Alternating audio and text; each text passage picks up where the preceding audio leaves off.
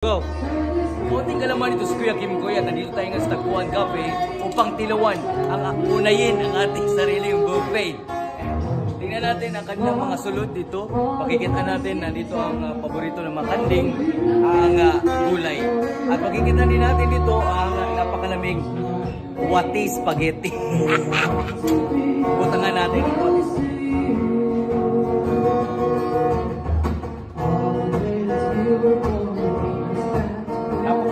First time namin nag-buffet dito sa Tagpuan Cafe.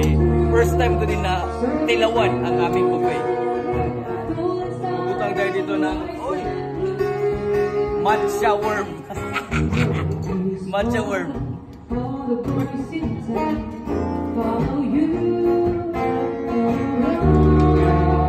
Medyo nahurot na ang pagkaon dito dahil ikaw palang humurot.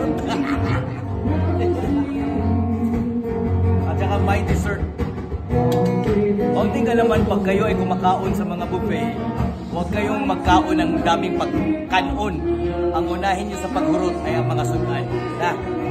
Tayo sudan. Uy! Umba!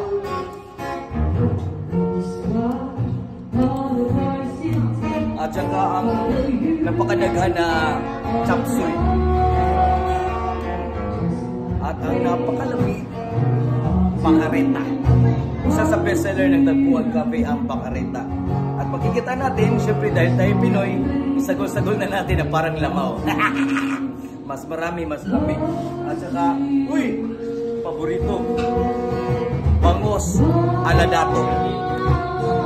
At yan na nga ang ating kaunting kalaman ni Kuya Kim Koy sa Tagpuan Cafe. Okay, gayo.